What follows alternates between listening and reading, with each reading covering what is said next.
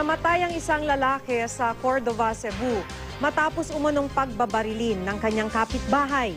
Nangyari ang pamamaril habang hawak ng biktima ang 2 taong gulang niyang anak. Makibalita tayo kay Randy Gurion ng GMA Cebu. Sa kanyang ipinapasadang tricycle natapos ang buhay ng 21 anyos na si John Mark Soycano. Ayon sa pulisya, pinagbabaril si Soycano na 3 niyang kapitbahay na magkakapatid sa barangay Pilipog, Cordova, Cebu.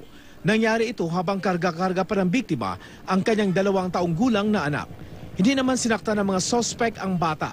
Kinilala ang mga sospek na sina Melbert, Mark at Marvin Diama. Si Melbert daw ang bumaril sa biktimang si Soycano. Namatay si Soycano dahil sa 2 tama ng bala sa dibdib.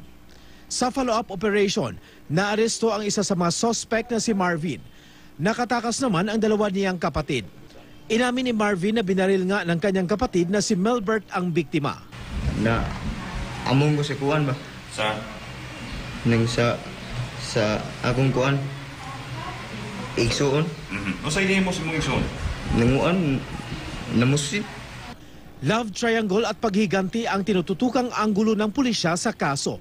Napag-alaman kasing dati palang kasintahan ni Melbert ang live-in partner ngayon ng biktima. Posibleng nagalit daw ang suspect lalo pat nagkakaanak na ang biktima at ang kanyang live-in partner. Sasampahan ng kasong murder ang 3 suspect. Patuloy ang pagtugis sa 2 nakatakas. Randy Gurion, Nagbabalita, Pilipinas.